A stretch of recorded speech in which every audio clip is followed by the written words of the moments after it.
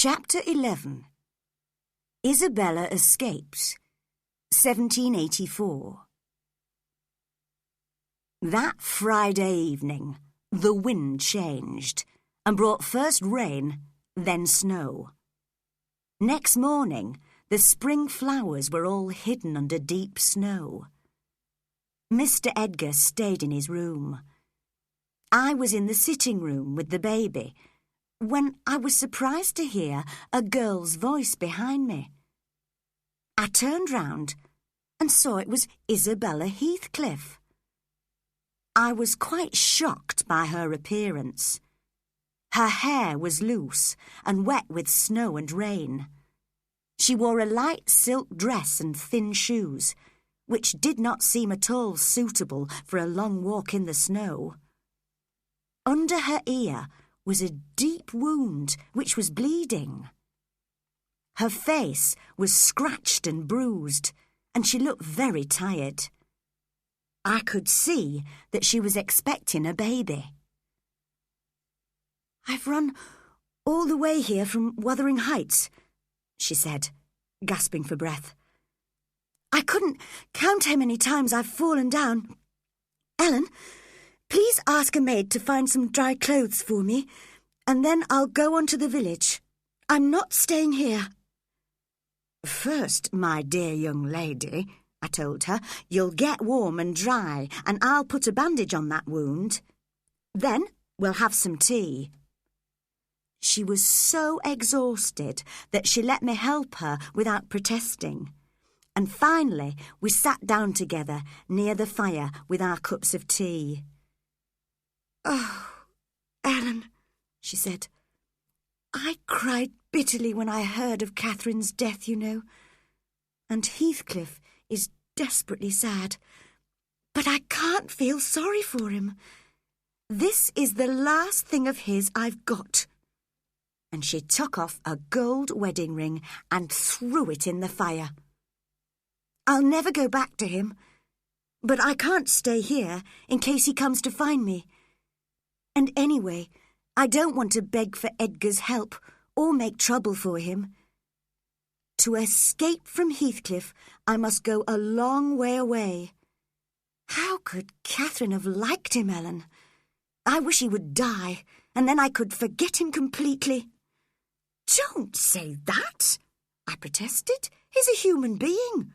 There are worse men than him in the world." "He isn't human," she replied. "I gave him my heart and he destroyed it, so I can't feel pity for him.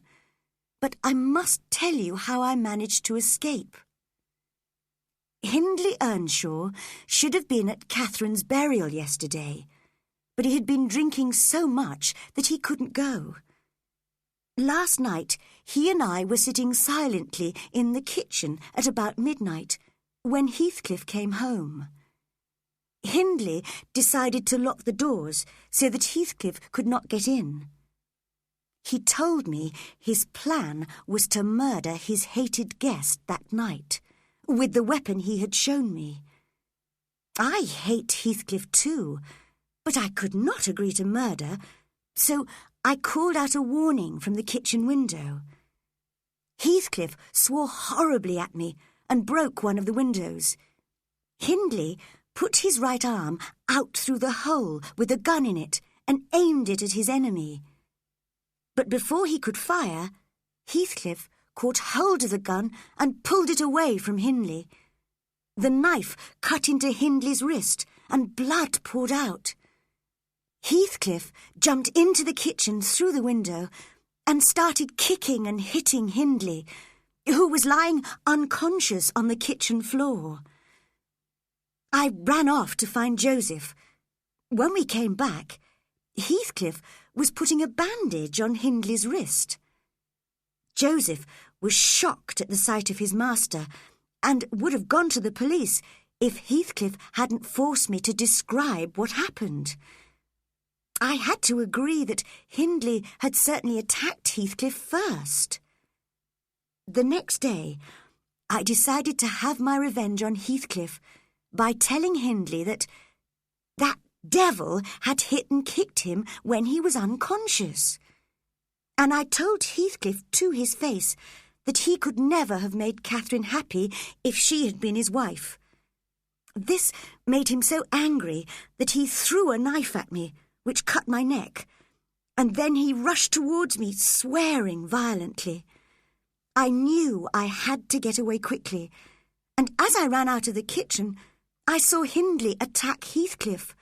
Both of them were rolling on the floor, fighting. I came over the moors, through the snow to the Grange. At last I'm free, and I shall never spend another night at Wuthering Heights. After drinking her tea, Isabella left the Grange. From our village, she travelled by coach to the south, where she made her new home near London. There, a few months later, she had a son. She called him Linton. Heathcliff must have discovered this from the servants. One day, when I saw him in the village, he said, "I hear I've got a son, Ellen, whose name's Linton. I suppose Isabella wants me to hate him. She can keep him for the moment. But tell Edgar Linton I'll have the boy one day. He's mine." After Catherine's death, my poor master, Mr. Edgar, was a changed man. He no longer went to church or saw any friends. He occasionally went for lonely walks on the moors and regularly visited his wife's grave. But fortunately, Catherine had left him something of herself, her daughter Cathy. This tiny child soon won his heart. It's strange, Mr. Lockwood, to compare Hindley and Edgar. They both lost their wives and were left with a child. Hindley did not believe in God and showed no interest in his son Hareton. But Edgar believed and loved his daughter Cathy deeply. Hindley himself died 6 months after his sister Catherine. We never discovered exactly what happened, but Heathcliff said he had drunk himself to death. It appeared that Heathcliff had won Hindley's house, land and money from him when playing cards, so he was now the master of Wuthering Heights. Hareton inherited nothing from his father and could only stay on at Wuthering Heights as a servant, working for the man who had been his father's enemy.